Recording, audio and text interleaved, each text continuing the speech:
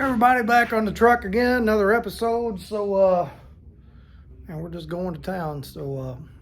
Let's take a look at what we're doing here. I'm hoping by the end of this one, I don't know, but we'll have a bunch of stuff done one way or another. So let's take a look.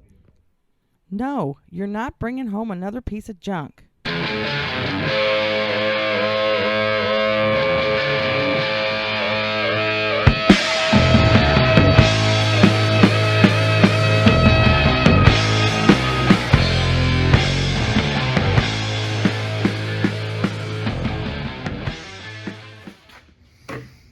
Okay, so I made a patch and patched in the indentation where the old Cadillac column used to go. So now that we've had the dash in there, I know the column is not going to go there.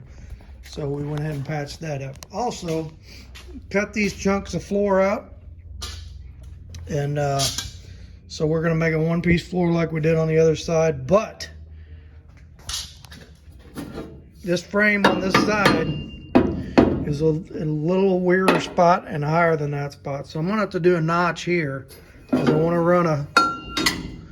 run a tubing down through there and tie it in back to there just like I did this side. So I'm going to need to notch that out a little bit and do that. And I figure while I got this piece of the floor out, this is going to be the right time to drill the holes for the bell crank or wishbone, whatever you want to call it. We'll get that mounted good and solid. I'm still got to drill a hole over there for the idler arm.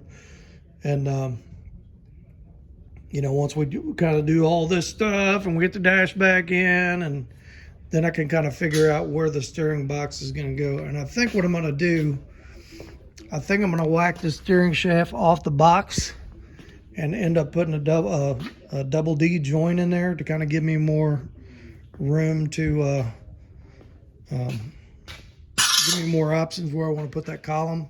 So we're going to have to basically build a steering column out of what's left. So we'll cover that too when we get to that point.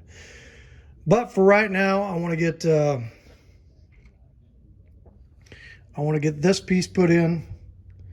Figure out how I'm going to notch this. We're going to do a little reinforced welding while we're down there, and we'll get the piece made for this side, the other floor piece, but I'm not going to weld it in until I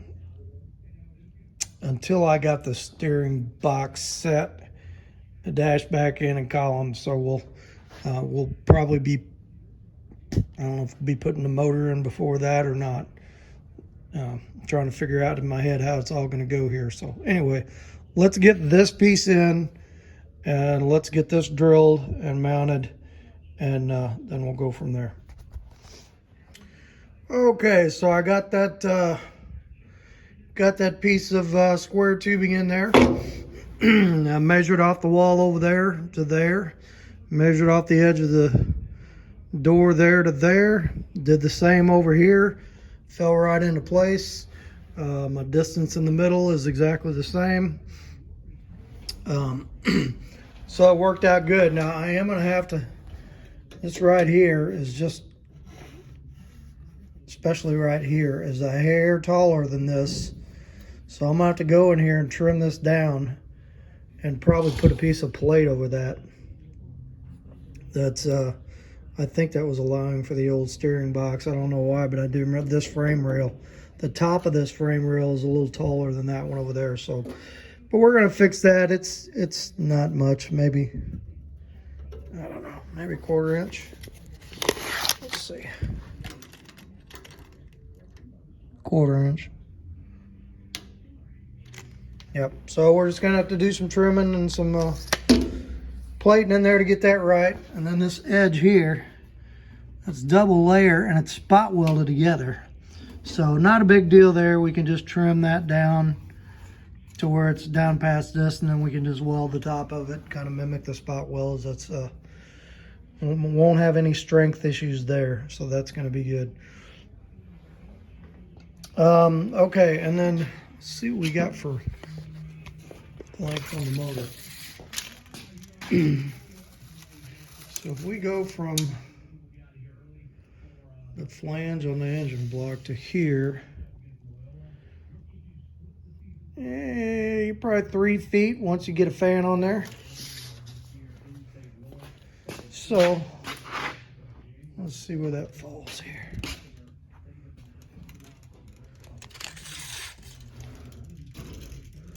Let's say 3 feet from there. Yeah, okay. Yeah, about right here. That little mark on the thing is. So, front of the engine should be there. It's, I mean, that is real close to how these old vans were. So that's, I got the front of the engine there.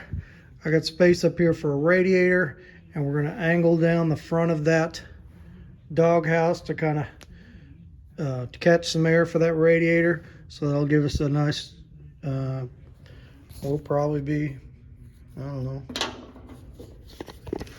we'll have some more floor up here. We'll probably have at least 12 inches of floor, more of floor up here, which is going to give a pretty nice cabin space up front.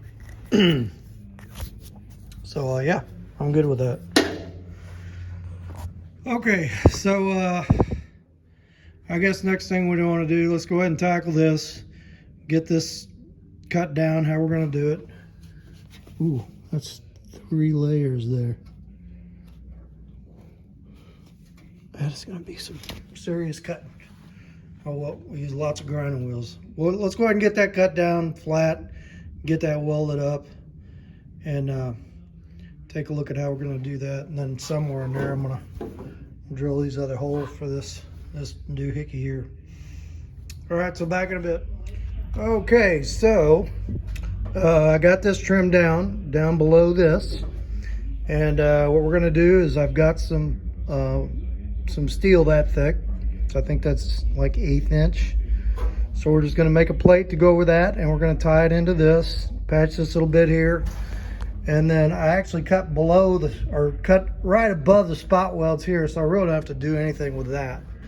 So, and I was thinking about this last night. I think what I'm going to do is go ahead and put this floor piece in up to here, and then what I'm going to do is I'm going to make this piece here a screw-in piece, because I'm gonna have my my master cylinder is going to be under here somewhere. So that way I can just unscrew, you know, pop a few screws off this. In fact, maybe we'll, I don't know if we'll come over and just make a more of a square screw-in piece, or we'll make that whole piece. We'll figure that out. And so, and I got to make a underfloor pedal. I know we can buy those things for like, you know, $100 off of eBay, that they're kind of pre-made and just a universal type. But you know, I mean, heck, for $100 I probably got a pedal out here. I got one right here. All it is a box with a mount and a pedal on it, and we can selectively cut that up and weld it and make what we need, I believe. So we're going to do that. Okay, so let's let me get some pieces cut for this. Let me get that burned in. We'll burn that in good, and then we're going to work on getting this floor piece cut. And I am going to drill these holes before I do that. So all right, back in a few.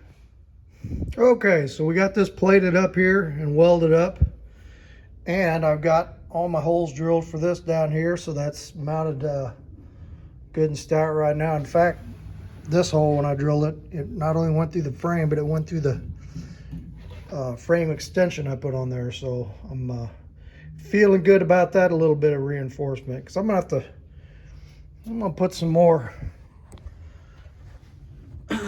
some reinforcement in here, especially on this side, because I'm gonna have that steering box up here pushing and pulling on this, and I just want to make sure that it's in a good spot. And I'm gonna have to make a bracket for the thing, because see, this is pretty far out here. It's gonna have to line up with, let's see, how far up does that go? Oh yeah, I mean, that steps off from the frame that much. So we may end up, we're going to have to build an interesting kind of mount for that steering box, but we'll make it work. Okay, what I'm going to do now is take some cardboard and we're going to build this floor. I'm going to build it up to, and I got to put a brace back there like I did on that side. No biggie there, but we're going to build it up to, I think here, we're going to do a straight line across here. And then, like I said, so I can have that bolt-on panel there. So let's go ahead and cut some cardboard, and got a few old weld boogers to grind off here, and put that brace on. We'll take a look when we're done, see what it looks like. Okay, not welded down yet, but we got it cut. So I need to do a little trimming on it to make it fit better, and then we'll get that welded down. And then I need to do like a major cleanup under this thing. I got crap everywhere. So we'll get that done. Then we'll do some cleanup. And then I don't know. I think we might start looking at, once I got that tack down, I think we might start looking at steering box placement and see where it's going to go.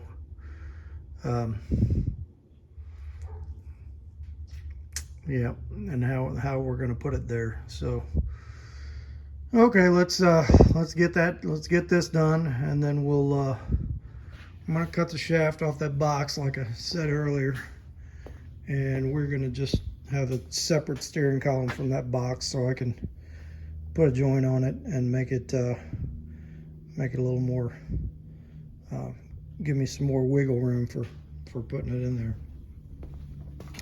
So that's where we are. We'll call it for tonight, and maybe I got some things to do tomorrow. Maybe we'll pick this up Friday or Saturday. So, morning everybody. Been a couple of days since I've been out here, so we're gonna see what we can get done today. What was I gonna say? Let me show you a couple things that we've accumulated, got done in the last few days, and then we'll see where we're gonna go forward here. All right, first good news is I got my speedometer back already. This guy got it done in one day. So he put a new number roller in there, and then had to do something down in this piece. But it's working smooth, working good, so I'm pretty happy about that. I'll be putting that back together before long. So I was looking at the finish on this dash top, and I used spray, I don't know if you saw that, I used spray can matte clear, and I don't like it that much. And then I thought I was gonna spray can the entire interior of this thing, and I thought that is just gonna be painful, so I'm not gonna do that. I went ahead and went to TCP Global. I don't know if anybody uses them. I'm sure a lot of people do. I use their paint stuff quite a bit. And I got this stuff. I'm just going to run over to Harbor Freight, get a cheap gun, and we'll spray the inside with this. It'd be a lot easier than spray canning it. But this is a this is a gloss or semi-gloss. I want a little more shine to it than the matte. So what else was going on? There was something else going on. I can't remember what it was. Oh well. Anyway, got the floor piece tacked in here the other day, and I'm having to go around this edge over here. There's some gaps, so we're just kind of filling it in with some trim pieces, and then I had some cuts in there that we're fixing up. So kind of where I want to get today and tomorrow is I want to get we're not going to fully weld all that. We're just going to do a lot of good spot welds, get the gaps closed up, seam seal, knock the rest of the paint off of it. So I want to get that done. I want to take the die grinder, go around here with the 80, get this cleaned up good like I've got the other side. And I need to do some major cleaning in here. And I was trying to figure out, do I want to do the dash and steering box next? So I think we're going to get all this. Oops, there we go. I think we're going to get all this accomplished today and tomorrow, and hopefully get the clear sprayed on it, let it sit for a while, and then I think we're going to go ahead and go in and figure out where the engine's going to go before I put the dash back in and before I do the steering box, because I want as much room. I'm going to come in that side. I want as much room over there as possible. Yeah, this week is going to be a little tough because on my real job, my regular job, we've added a new account, and when that happens, it's kind of a it's kind of a long week. You know, we got a lot of meetings, a lot of setup to do on the. Be spending a lot of time on the computer. I'm an operations manager, so we're adding a new client site. So probably today's Saturday, today and tomorrow we'll work on this, and then it'll probably be next weekend before I even get back to this at all. So, but you know, you gotta earn your paycheck, and it doesn't happen that often, so I'm just gonna dig in and do it. Also like to apologize for that last video. I just kind of scanned through it to make sure it looked okay, and I posted it. Didn't realize there was a big section in there where I had hit the slow motion button, and somebody commented on the comments that, hey, it looks like you're caught in a time warp, and then I went back and saw it. So sorry about that. I will not do that on this video. So anyway, let's do more working than talking. I'm gonna get some more stuff done on here, and then we'll take a look at where we're at.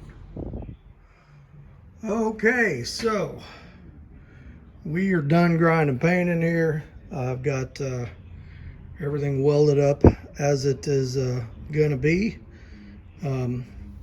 Went back and touched up on a lot of things, put just a lot of little filler pieces in, and really wasn't worth showing while I was doing it, but this is pretty much it on the inside until we start putting, you know, things into it. But we are ready to spray some clear in here. So what I got to do is I got to push this thing out and blow it out and vacuum it out and clean up in here, and probably run over to Harbor Freight and get me a cheap paint gun. And we're just going to do a couple of coats of clear inside this thing, and then we'll let her sit while I'm doing my work stuff that I got to do this week. And then when we come back to it, I guess the next thing we're probably going to do is figure out where the motor's going to go in this thing. Now, I did go ahead and cut that cross member because I knew that transmission was going to hit that thing. So not a big deal. There's plenty of support in this thing. There's like cross members every couple of feet in this thing. So that's ready to go. And then the transmission cross member I actually saved. It came out with the part of the frame that we eliminated. So this is it, and then there's a piece goes over here where the tranny sits. So I don't know if I'll drill these spot welds out or just cut them there and put some new angle brackets on it, and that'll go up in there where the transmission goes, and then they'll support the back of it. So just this piece here. But yeah, we're looking good, I think. And it's 55 degrees outside. It's awesome. So let's get this massive mess cleaned up, and then we'll shoot a couple coats of that clear in here, and we'll see what the thing looks like. Okay, so we got the wheels back on it, got stuff cleaned up in here, blew it out with air, vacuumed it out, wiped everything out, and now we're going to shoot some clear on this thing on the top of the dash and on the bottom of the dash. So went over to Harbor Freight, picked up an El Cheapo paint gun, and we're gonna give it a shot. So let me get things set up here, And we'll put a couple coats clear on this thing, and then we'll see what it looks like. Okay, so we're gonna give this a shot and see how this works.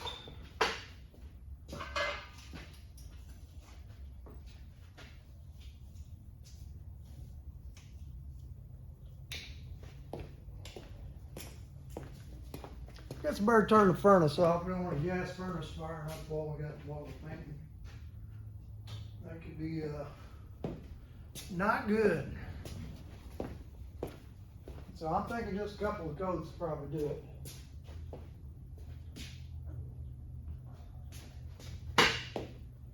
Start over on this stuff. Ugh.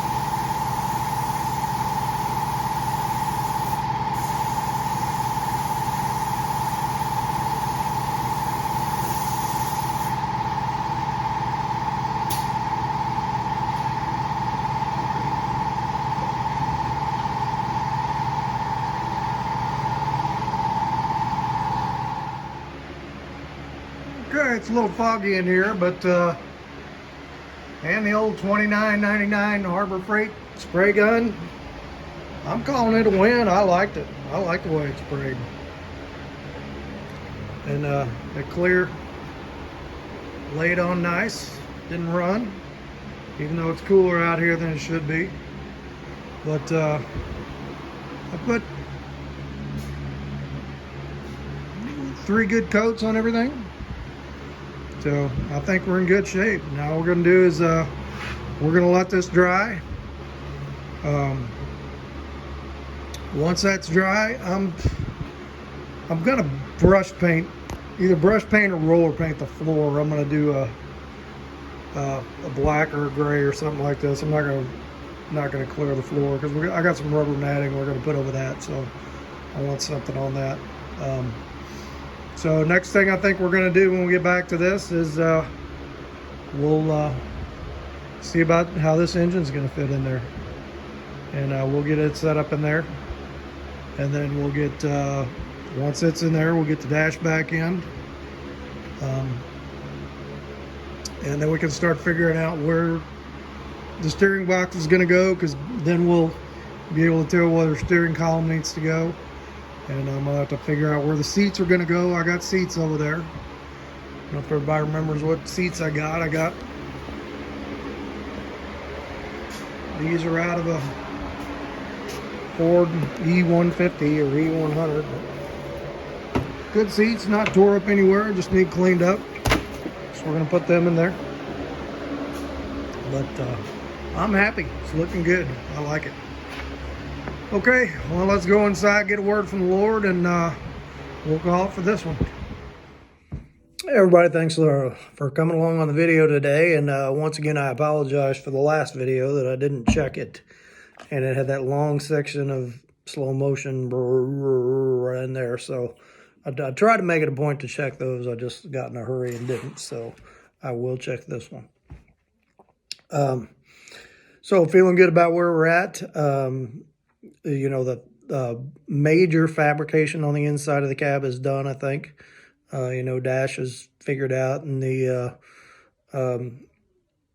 you know, the floorboards are kind of figured out. So I'm pretty excited about where we go with this next, and I am really hoping for a trip to Power Tour, but we'll see what happens. I know it's, excuse me, June 10th, I think. So we got plenty of time. We're gonna go for it. And I would love anybody who watches this video, if we go, that you'd also come and hang out, and let's talk cars, and let's talk about the Lord. So anyway, today I wanted to talk a little bit about prayer and the importance of prayer. I am in our church sends out email prayer requests. Not every day, but every day that someone calls one in and asks for prayer, our church will send it out by email. And so then that is one time we pray for other people. And then we've our Sunday school class, we always do prayer requests when we're doing that. When I go to my apologetics class, we always talk about who needs prayer. And then just you know, among people in our church, will Facebook or text or email or message or something, hey, I need some prayer. So this is such a great way to support our brothers and sisters, and you know, and for those that aren't outside your church. You know, I ask for prayer a lot of times for people I know who just have things going on in their life, even if they're not Christian, you know, especially if they're not Christian. I ask for prayer for them and pray for them myself. But it's so important that that you don't treat that as a cliche and say, well, I'll pray for you, and then not do it. If you tell somebody you're going to pray for them, make sure that you do it. And, you know, you do it from the heart, and you actually go to the Lord and offer a petition for what's going on with those people. I heard one of the radio preachers the other day, I can't remember which one, talking about, you know, I've heard many, many, many sermons on the Lord's Prayer, but I thought this one was especially good. So I just looked up the Lord's Prayer Luke chapter 11. And I wanted to point out something this preacher pointed out. So chapter 11, verse 1, it says, and it came about that while he was praying in a certain place, after he had finished, one of his disciples said to him, Lord, teach us to pray, just as John also taught his disciples. And he said, when you pray, say this, Father, hallowed be thy name, thy kingdom come, thy will be done. They don't have thy will be done in here. That should be in here. Give us this day our daily bread, and forgive us our sins, for we ourselves are also forgiven everyone who is indebted to us, and lead us not into temptation. The order of that is so important. The first few lines, Father, hallowed be thy name, thy kingdom come. The first thing you're doing is recognizing who God is, and that his authority in your life. And thy will be done is asking that most of all that his will would be done in our lives and not our will. Then we get to give us each day our daily bread. So before we're ever asking for something, we're recognizing God's sovereignty, and we're recognizing his authority, and then we're asking for his will. And that is so important, especially for me to remember, like, you know, if I'm praying for someone that has something going on, that I prepare myself and prepare my heart to speak to God, and that I just I recognize him first, and don't jump in with hey, here's my request for today, Lord. So I just thought that was a great point, and thought I would point that out today. So I don't know if anybody out there has any prayer requests today that they might want to drop in the comments.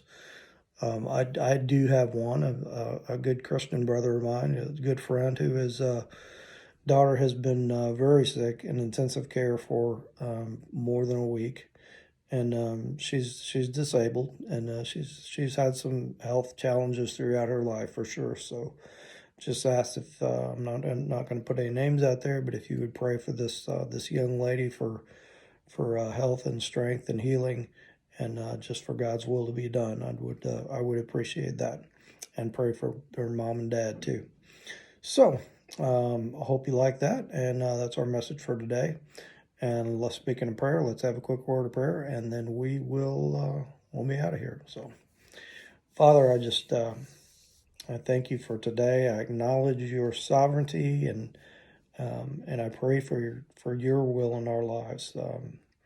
That even when we don't understand your will, that would be what would happen, and we would be accepting of that, and we would understand that you do know best. And even if we don't understand the purpose for why things are going on, that we still praise you, and we still lift up your name.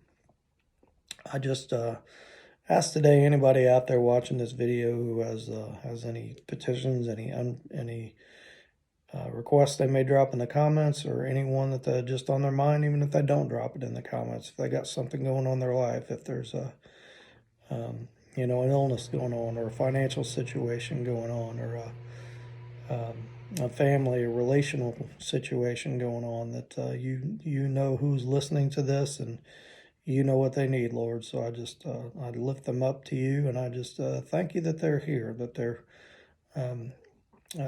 sharing this time with us and with you on this channel, and I just thank you for the opportunity to have this ministry, and for the growth that it has achieved since we've been doing this almost a couple of years now. So we ask this in the precious name of your Son, Jesus. Amen. All right, hit like, hit subscribe, leave a comment, and keep on watching. And we'll catch you on the next one.